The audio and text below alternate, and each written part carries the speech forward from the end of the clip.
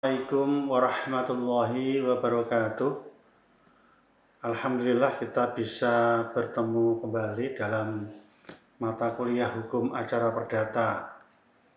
Ini akan saya sampaikan tentang putusan Wit Verbar Bid Svorat, atau sering dikenal bahwa putusan ini dapat dilaksanakan terlebih dahulu meskipun pihak lawan mengajukan upaya hukum, banding maupun kasasi.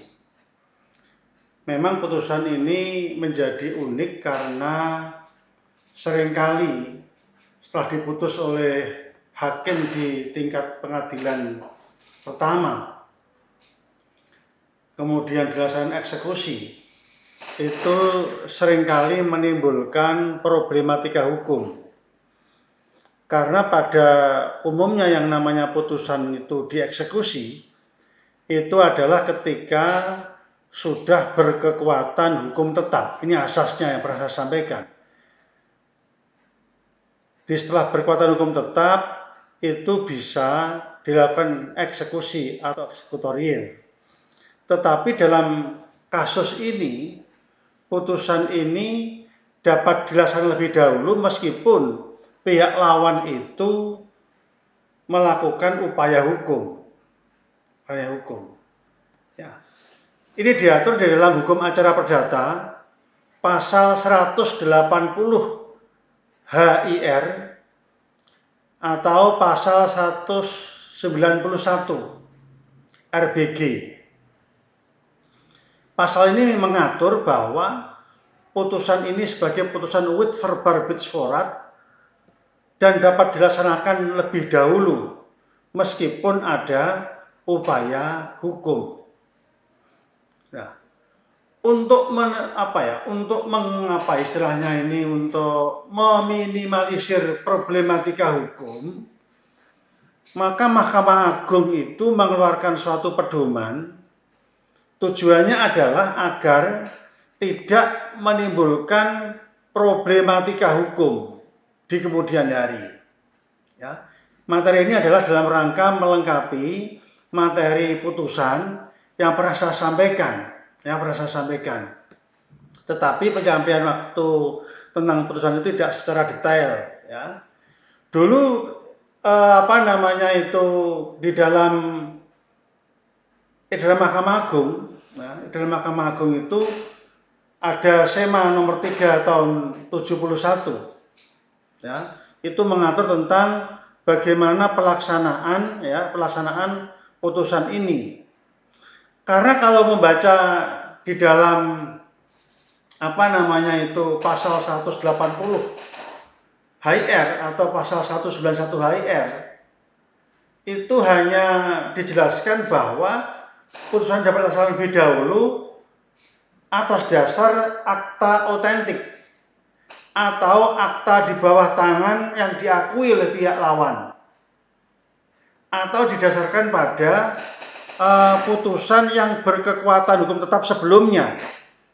Nah, terhadap kriteria-kriteria ini nampaknya sering menimbulkan problematika hukum.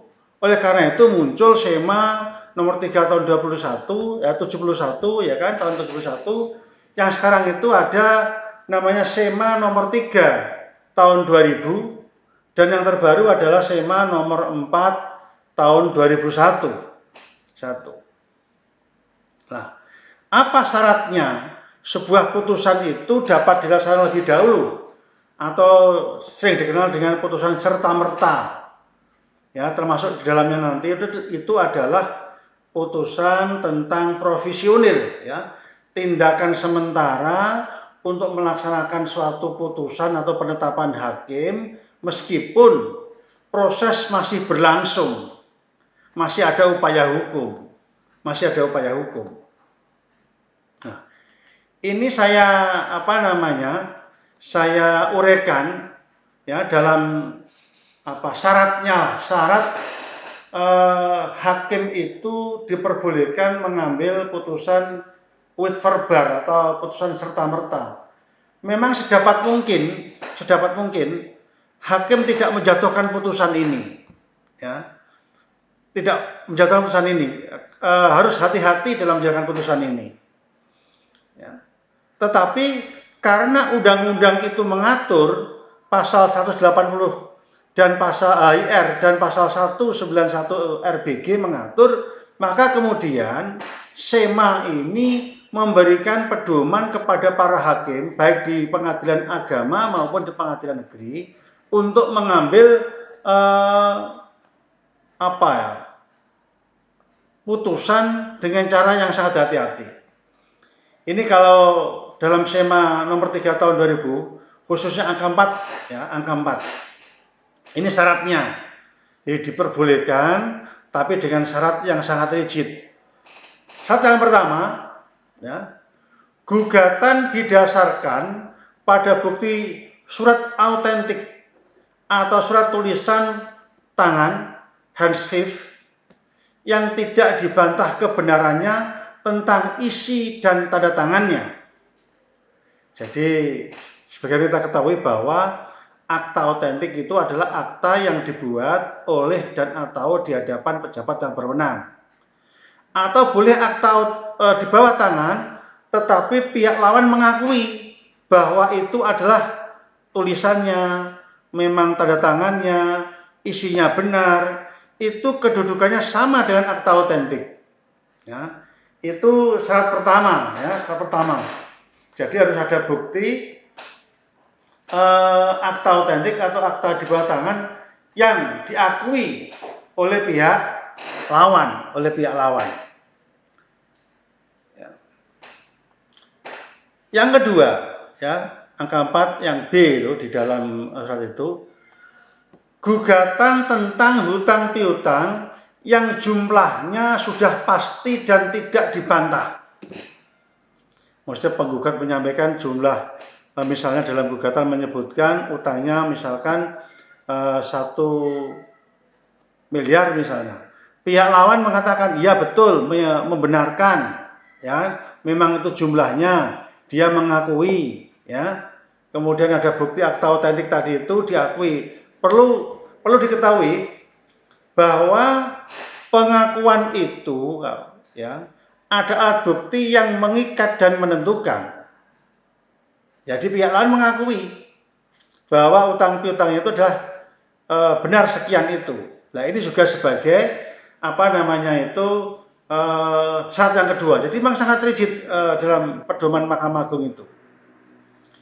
Kemudian yang ketiga, gugatan tentang sewa menyewa tanah, rumah, gudang, dan lain-lain, di mana hubungan sewa menyewa sudah habis atau lampau, atau penyewa terbukti melalaikan kewajibannya sebagai penyewa yang beretikat baik.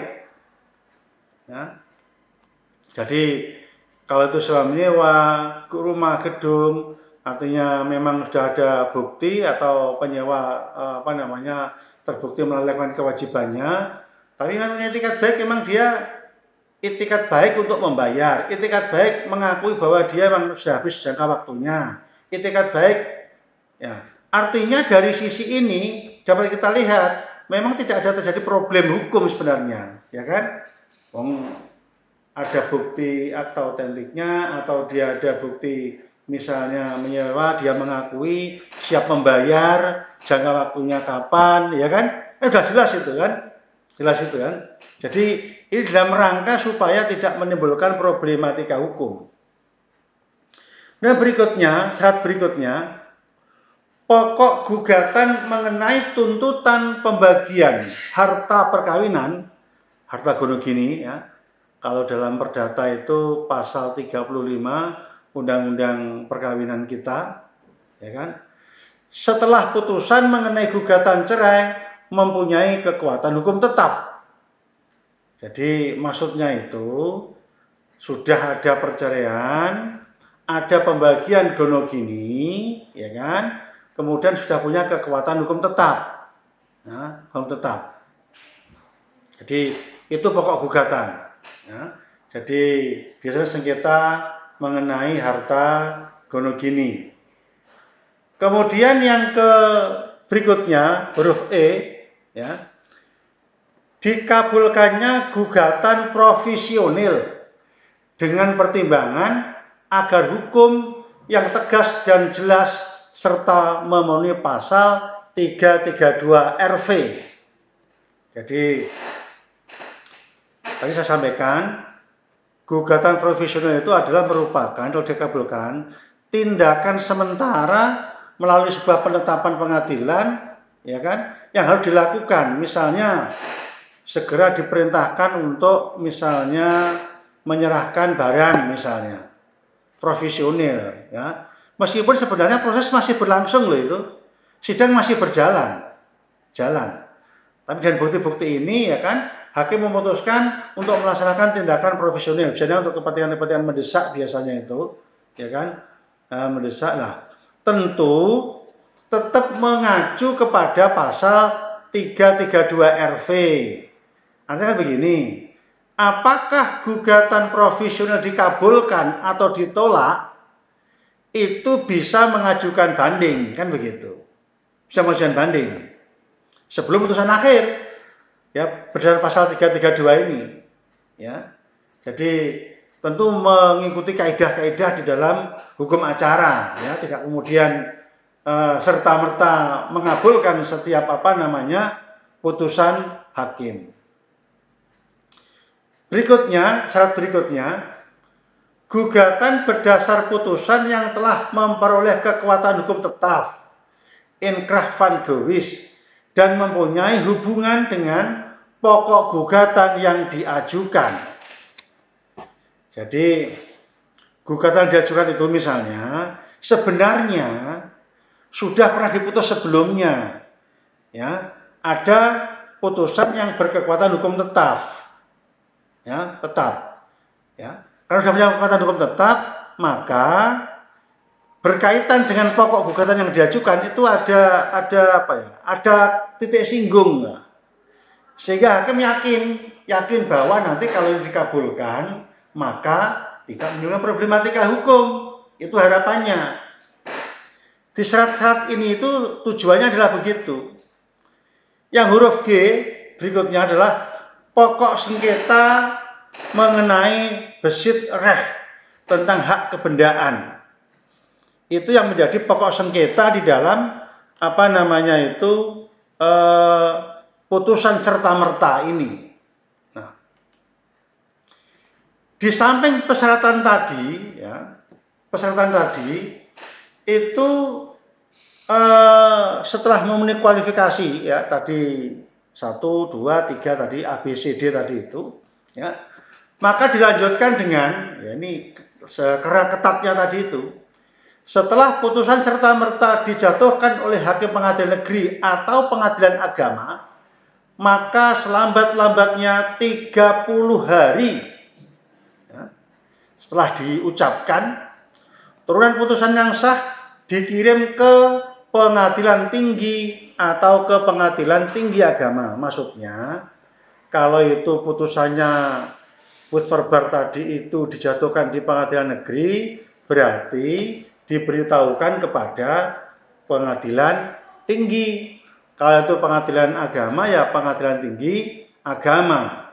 Paling lambat 30 hari harus sudah diberitahukan kepada pengadilan tinggi. Nah, ini mekanisme. Apabila penggugat mengajukan permohonan kepada ketua pengadilan negeri dan ketua pengadilan agama agar putusan serta-merta dan putusan provisional tadi dilaksanakan, maka, ya, iki ajarnya, permohonan tersebut beserta berkas lengkap, ya, dikirim kepada pengadilan tinggi, ya, disertai, ini syaratnya, pendapat dari ketua pengadilan negeri atau pengadilan agama yang bersangkutan, ya, pengadilan negeri dan pengadilan agama yang bersangkutan. Jadi ketika sudah diputus serta-merta, maka dia wajib memberitahukan kepada pengadilan tinggi disertai pendapat dari ketua pengadilan negeri atau pengadilan agama. Maksudnya begini. Jadi misalnya majelis hakimnya itu bukan ketua pengadilan. Maka kalau itu memang akhirnya diputus dengan putusan serta-merta, ya kan? Itu maka ketua pengadilan negeri wajib memberikan pendapatnya. Kenapa kok itu dikabulkan? Ya, dikabulkan. Nah, yang berikutnya, 107 yang berikutnya, ya, itu adanya pemberian jaminan yang nilainya sama dengan nilai barang atau objek eksekusi, sehingga tidak menimbulkan kerugian pada pihak lain apabila ternyata di kemudian hari dijatuhkan putusan yang membatalkan putusan pengadilan tingkat pertama.